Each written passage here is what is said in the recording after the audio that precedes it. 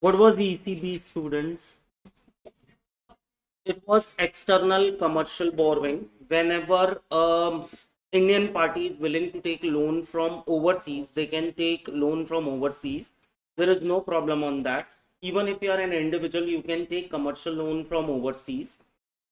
It should be a commercial loan. It should not be a personal loan. If you are taking home loan, or if you are taking personal loan, or if you are taking education loan, it will not be classified as an external commercial borrowing. Only business related loan will come under the definition of external commercial borrowing. If you are taking a business loan, it will create a long term liability overseas. As it is creating long term liability overseas, it will be classified as a capital account transaction. It's going to be regulated by section 6 of FEMA, right? Whenever we are talking about external commercial borrowing, there are two routes available for external commercial borrowing: automatic route or approval route. If we'll talk about automatic route is like if you're willing to raise ECB, where the value of ECB per financial year is up to 750 million US dollar, you can raise ECB from automatic route. Or if you are raising the ECB from the foreign equity holder, then maximum up to 7 times of the equity investment made by him can be taken as an or taken from automatic route, right? But this limit is not going to be applicable when the value of total value of ECB is up to 5 million US dollar. But other than that, if you're increasing this limit, that you are willing to raise ECB where the value of ECB is more than 750 million US dollar per financial year, or if you are willing to raise from equity shareholder where the value of borrowing is more than 7 times of their equity investment, and they are already taken a ECB where the value of ECB is more than 5 million US dollar, you should go through with the approval route. Under automatic route, you need not to take anyone's approval before raising the ECB. But when it comes to approval route, first what you will have to do, first you have to take the approval of, then only you can prefer you can opt to go for ECB raising, right? That was basics of ECB that we have done, right? What I have done in the revision part, I have included automatic and approval route as well with the limits, right? Right, students with energy. What was the second question? Recognized lender, right? Recognized lender. So when it comes to recognized lender, you're new or what? Online, you were attending, no? So now, what is recognized lender, beta? What was recognized lender if you were attending online? What was recognized lender, beta? When it comes to recognized lender, first we'll write recognized lender is nothing more than a lender from whom the ECB can be taken. Any person who will not be classified as an recognized lender, nobody can take or acquire ECB from that person, right? Recognized lender should be a resident of a country which should be the part of FATF, or which should be the part of IOSCO, right? But when it comes to startups, he should be the part of only FATF country. IOSCO country would not be allowed, right? Right, students? When it comes to recognized lender, it includes multilateral or regional financial institution. It includes foreign equity holder as well, right? And one more was there. I'm telling you.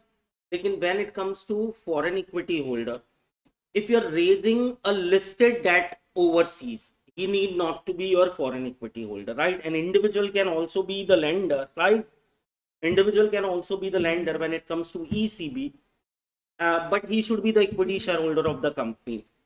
But if Indian company is coming out with issue of listed debenture overseas, even an individual who is not the equity shareholder can take the debenture and would become the ECB lender, right?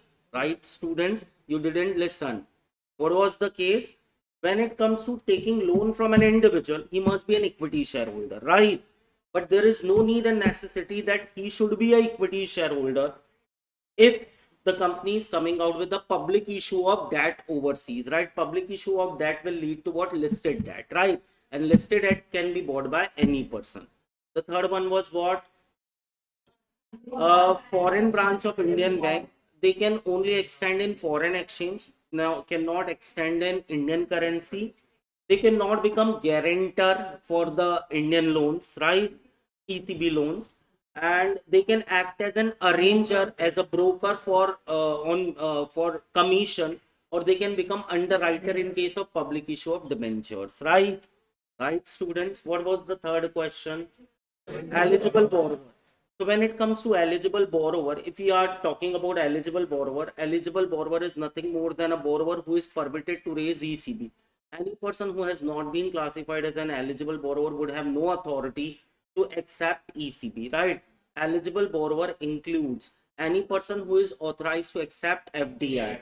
It includes port trust. It includes unit located in SEZ.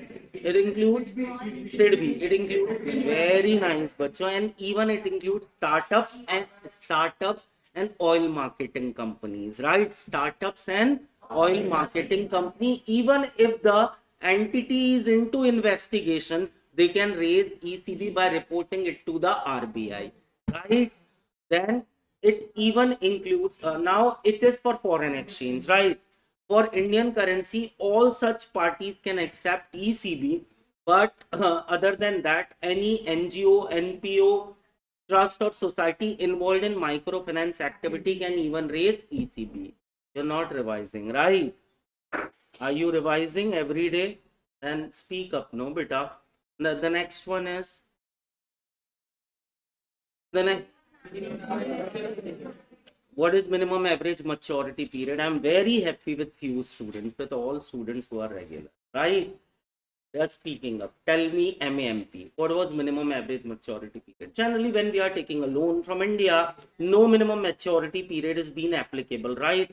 Generally, their minimum maturity period is also regulated by RBI, but you can take loan for few weeks even for over here in India. But when it comes to ECB, generally an MAMP should be 3 years, right? MAMP should be 3 years. But there are certain conditions where MAMP can be less than 3 years, or even it can be more than 3 years. If it is a manufacturing company and they are raising ECB maximum up to 50 million US dollar per financial year, they should have an MAMP for 1 year. Means they can raise for working capital or any other thing, right? But when it is being raised by, tell me, beta, when it is being raised by if you are acquiring from equity shareholder and the purpose of acquisition is non-capital expenditure, which includes general corporate purpose, working capital, or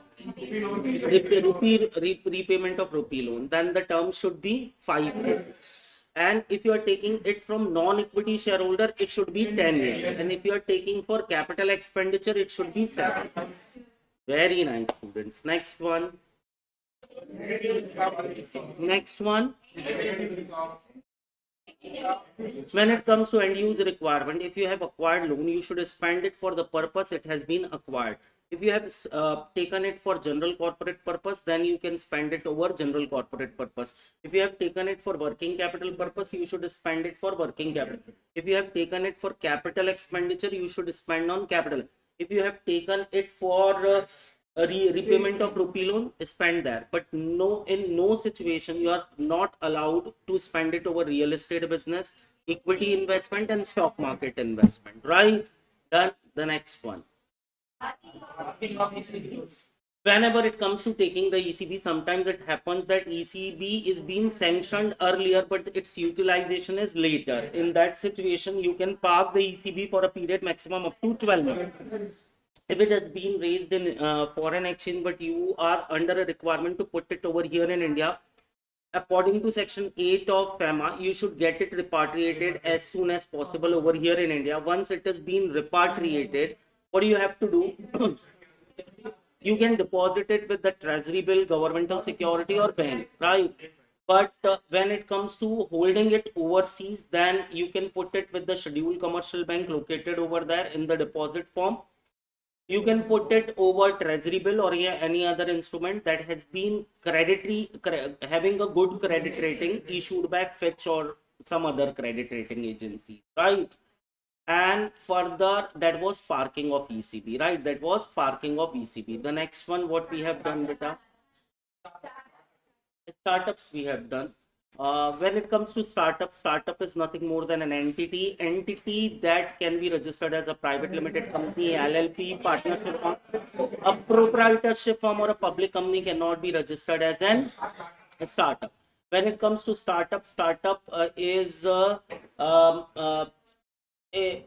maximum up to 10 years a startup can be in a startup. Its turnover should not be more than 100 cr, and it should be involved in either of the three things. First one was innovation, employment creation, or wealth creation. If all four conditions has been satisfied, you will be DPIIT startup. You would be eligible for all tax benefits, funding benefits, and even you can raise ECB. But in no situation ECB can be raised for more than 3 million US dollar per financial year. You can opt for automatic route, right? Minimum average maturity period should be 3 years, and use requirement should be you should spend it only over there for which you have been acquired it, right? Hedging is optional for them, I guess. I think it's done, right? These all-in cost can be negotiated. There is no such limit when it comes to all-in cost. Generally, an ordinary company can raise ECB with 300 points over and above whatever expenditure is related with issue of governmental security over here in India. But a startup can negotiate it, right? And even when it comes to chain, if you have raised it over Indian currency, sorry, in foreign exchange rate would be determined by agreement between lender and borrower. But when it comes to an ordinary company, a lender may give any kind of concession on, or a discount on exchange rate, but it cannot be more than the rate or as applicable on date of agreement, right? Right, students. Next one. When it comes to oil marketing company, generally PSUs are involved in oil marketing activities. Uh, all marketing activities are permissible to raise ECB. They can opt for automatic route. Uh, uh, एक second, the maximum permissible limit for all together, all oil marketing companies, 10 billion US dollar. It is not an individual limit, it is all total limit, and hedging is optional for them. Or done, na? They may have their own risk management system for managing. Internal risk management system is that they cannot buy derivative for hedging. Next, if a company is into investigation, if an entity is into investigation, they are allowed to borrow from overseas. They can raise ECB. They are into investigation. They are not the culprit, right? They are not the person who has been ordered by the court that they are convicted of FEMA contravention, right? But in that case, if they have taken a loan from any entity and the entity is demanding for any kind of approval for the same, they have to take NOC from them, right? They need to report this fact to the AD bank, and AD bank will report it to RBI, and RBI will report it to DOE, Directorate of Enforcement, right? Then only they can raise ECB, right? Prohibition is not there, restriction is there, right? Next, what we have done, students. What? When it comes to conversion of ECB into equity, that is permissible. That is permissible under automatic route or approval route, depends on which sector you are belonging to. When it comes to conversion of ECB into equity, that will lead to FDI, foreign direct investment. First of all, you have to comply with the requirement of Companies Act 2013. If you're raising ECB with a conversion clause, such conversion clause would be null and void until and unless you have taken an approval of shareholders, or if you are issuing it without conversion clause and you are willing to get it converted, during the conversion you need to take approval of shareholders, right? Further, they are saying that if you are converting ECB into FDI, think about sectoral cap. The sectoral cap should not be breached, right? Then lender ka consent may be required if Indian lenders are like, if you are giving them equity, why we are not getting the equity, right? Everybody, please come back to the class. Is it clear? Next one is what? No additional cost, and pricing guideline need to be followed. What was pricing guideline? That if you have offered it on 100 rupees to Indian investor, you can offer it in 100 or more, but not less than 100. Next. Yeah, reporting. If it is completely converted, you have to file FCGPR form through AD Bank. If it is partially converted, the convertible part FCGPR, for non-convertible part ECB2 has to be filed, right? Very nice, students. Next. Done. Done. What? Banking rules? What banking? That we have covered. Right. Next.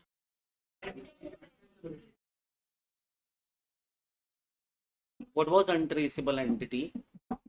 What was untraceable entity, बच्चों? The defaulters, right? When it comes to untraceable entity, uh, an entity will be classified as an untraceable entity if it has satisfied any of the conditions. First, they are not available at their registered office. It has been 2 years they are not filing their audited returns. Third, it has been last two consecutive quarters. The authority has sent them, authorized person has sent them six reminders and official reminders, and they are not responding for the same. Right, students? If any one of the condition has been satisfied, you would become untraceable entity. Once the untraceable entity has been declared as an untraceable entity, ECB form, ECB2 form will be filed by the AD Bank with the RBI, putting the clause that it is now become an untraceable entity. They would be debarred for any further ECB processes, right? And the AD Bank requests the RBI to write off the external commercial borrowing, right, from the balance of payment of Government of India, right? But the concerned authority, concerned person who has granted ECB, that is lender, would be intimated that they want, if they want, they can initiate any kind of legal action. Over here, we have reduced it or written off from the external debt of the country, right? Right, student? Is it like only I am and few students are remembering it, or it is being remembered or learned, or what is going on? The last question. The last, no. Only one question has been pending. No, tell me what was the question. The process, no. What was the process, beta? What was the process? Every Indian entity willing to raise ECB has to first take loan registration number. They need to make an application by filing ECB form with the RBI, with the authorized bank, with the detailed terms and condition of ECB, right? Then they'll generate what? LR. But if it is not being generated and you have taken a loan, that is okay. You have to pay late submission fees, right? Through by taking LRN, what you are registering the terms and condition of loan, right? If there would be any change in terms and condition within 7 days, I guess, right? Not 7 working days, 7 days, you have to report it through AD category bank to RBI, right? When it comes to taken an ECB, every month you have to file a monthly return within 7 working days from the end of the current month by AD Bank, right? Done. That was only the requirement, right? Nothing is being left in processes, right? Any other thing? Conversion rate, even we have covered in the beginning itself, right? When it comes to conversion rate, generally at the time of raising an ECB, you can have the rate as mentioned in the agreement or any lower rate if agreed by the lender, right? At the time of settlement, the rate applicable on settlement, right? And in case of startup, they are free to determine their own rate through agreement, right? Next. We have covered in the beginning now, but equity ratio and all, right? In automatic and approval route, it took 20 minutes to revise the entire EC. I have recorded it at the time of exam. You can listen this much only, right? Done, students.